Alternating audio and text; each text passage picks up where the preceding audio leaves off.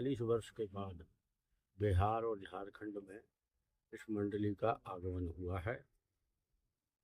जहाँ भी हम लोग जाते हैं पूरे देश में, तो एक ही हम लोगों का उद्देश्य है कि धर्म के प्रति लोगों में आस्था बढ़े, अपनी संस्कृति जो भारतीय संस्कृति है उसके अनुसार जीवन जिएं, पर्यावरण की रक्षा करें और बेटियों को स्वावलंबी बनाएं, और साथ ही राष्ट्र के प्रति अपना आस्था रखें, क्योंकि राष्ट्र भी एक देव कहा जाता है।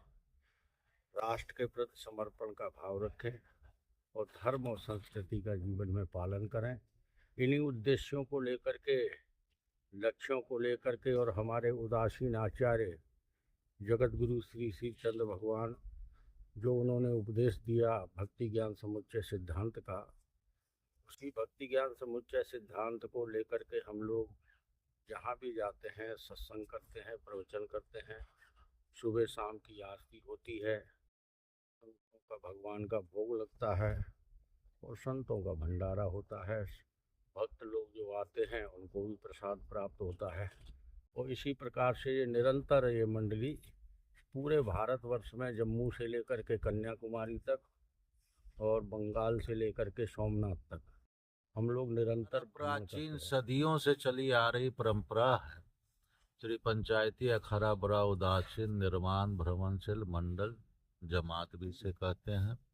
ये पूरे भारतवर्ष में भ्रमण करते हुए जहाँ कहीं भी हमारे उदासीन आश्रम है, उदासीन भक्त हैं, वहाँ ये प्रवास करती है। और प्रवास करने के बाद आगे से आगे शिक्षा का प्रचार प्रसार, औषधालय की स्थापना, स्वास्थ्य के विषय में लोगों को जागरूक करना, और हमारा मुख्य कार्य जो होता है चारों कुंभ मेला जो हमारे सनातन धर्म की रीढ़ है, जड़ है, उसमें है जो कुंभ का संचालन करना। तो 13 अखाड़े हमारे सन्यासी वैरागी उदासी हैं, उनके साथ मिलकर के कुंभ का संचालन करना, संपन्न कराना, ये अखाड़े का मुख्य उद्देश्य है। और कुंभ मेले में मुफ्त में अपना अनक्षेत्र चलाना, जहाँ सभी के लिए भोजन की व्यवस्था, आवास की व्यवस्था होती है, और ज्ञान भक्ति समुच्चय सिद्धांत का प्रतिपादित करते हुए देश में नैतिक भावनाओं की जागृति करना। और राष्ट्र में जब कभी भी संकट काल आता है उसमें ये संस्था बढ़ चढ़ करके राष्ट्र में सहयोग करती है।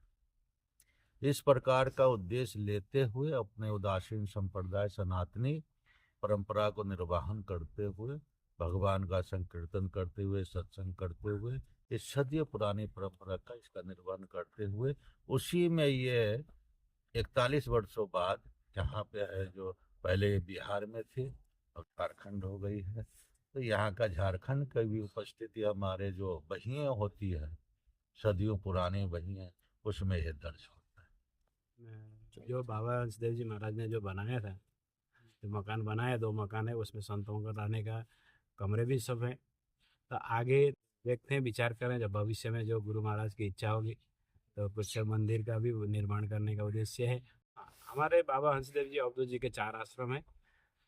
पहला आश्रम ये जसेडी झारखंड का है, फिर भरूच, फिर सूरत गुजरात में, दोनों गुजरात में आ गए, और एक ऊटी। और यहाँ के देखते करते हैं। बाकी 2 आश्रम में अलग स्वामी जी हैं, वहाँ के संचालन करते हैं। तपस्वी ज्ञानी ध्यानी हमारे संत थे श्री हंसदेव जी अवधूत जी। जब ये वीरान जंगल हुआ करता था उस समय महाराज जी यहाँ पे भ्रमण करते हुए इस स्थान टेकरी कैलाश पहाड़ी पे आए और यहाँ ध्यान मग्न होकर के तपस्या की। उनकी तपस्या से खुश होकर के यहाँ के जो राजा थे, उन्होंने ये स्थान साढ़े 10 एकड़ है जो महाराज जी के, और कुछ खेती की भी जमीन लगाई थी, महाराज जी की सेवा में उन्होंने लगा दी। और यहाँ पे तपस्या करते हुए जन कल्याण की भावना को लेकर के पूरे भारत वर्ष में धर्म का प्रचार प्रसार किया। उसी क्रम में ताप्ती नदी के किनारे सूरत में सिद्ध कुटीर नाम के से प्रसिद्ध वो स्थान, जहाँ पे वहाँ पे गुजरात सूरत के सारे भक्त लोग वहाँ पे आते हैं, उनकी मनोकामना पूर्ण होती है। उसी क्रम में भरूच जो नर्मदा का आखिरी तट है, समुद्र के किनारे जहाँ संगम होता है, उस स्थान